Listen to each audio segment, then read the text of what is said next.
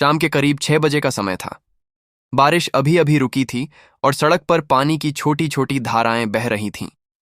शहर के एक बड़े बंगले के सामने एक टूटी हुई ऑटो आकर रुकी। ऑटो से एक कमजोर और थकी हुई औरत नीचे उतरी। उसके हाथ में एक छोटा सा बैग था और गोद में लगभग 2 साल की बच्ची।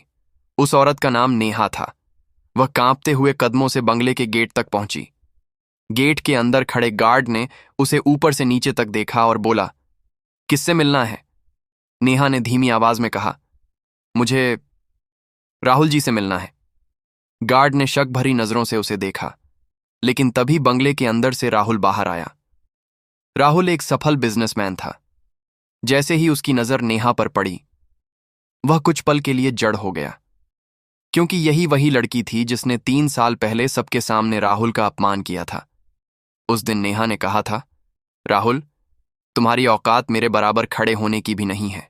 मैं विदेश जा रही हूं और तुम जैसे छोटे लोगों के साथ अपना भविष्य बर्बाद नहीं कर सकती।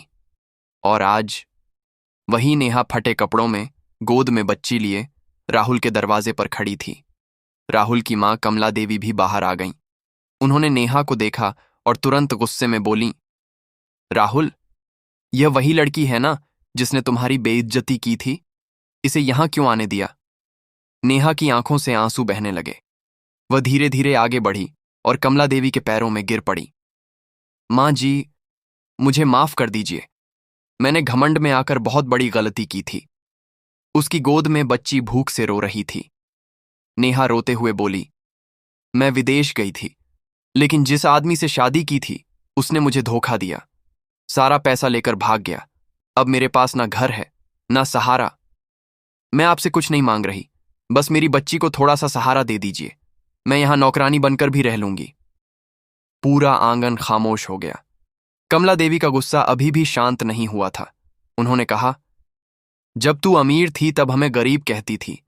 आज वही गरीब लोग याद आ रहे हैं? नेहा ने सिर झुका लिया। उसी वक्त उसकी बच्ची जोर से रोने लगी। कमला देवी की नजर उस मासूम बच्ची पर पड़ी। एक पल के लिए उनका दिल पिघल गया।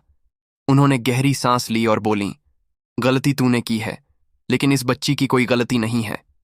फिर उन्होंने नौकर से कहा, पहले इस बच्ची को दूध लाकर दो। नेहा हैरान रह गई। कमला देवी ने कहा, नेहा, मैं तुझे माफ नहीं कर रही, लेकिन इंसानियत मुझे मजबूर कर रही है कि मैं तुम्हें सड़क पर ना छोड़ूं।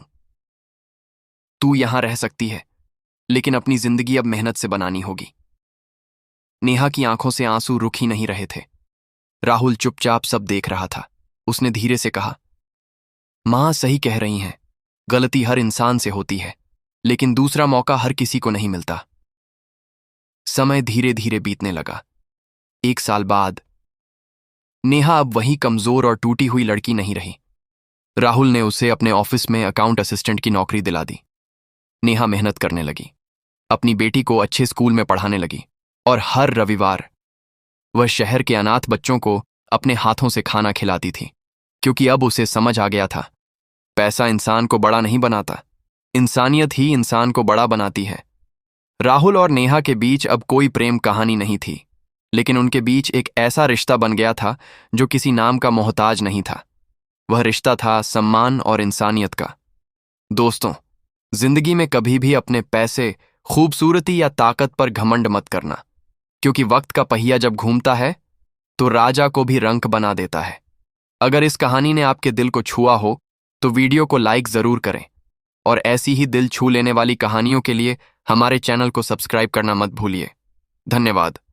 जय हिंद।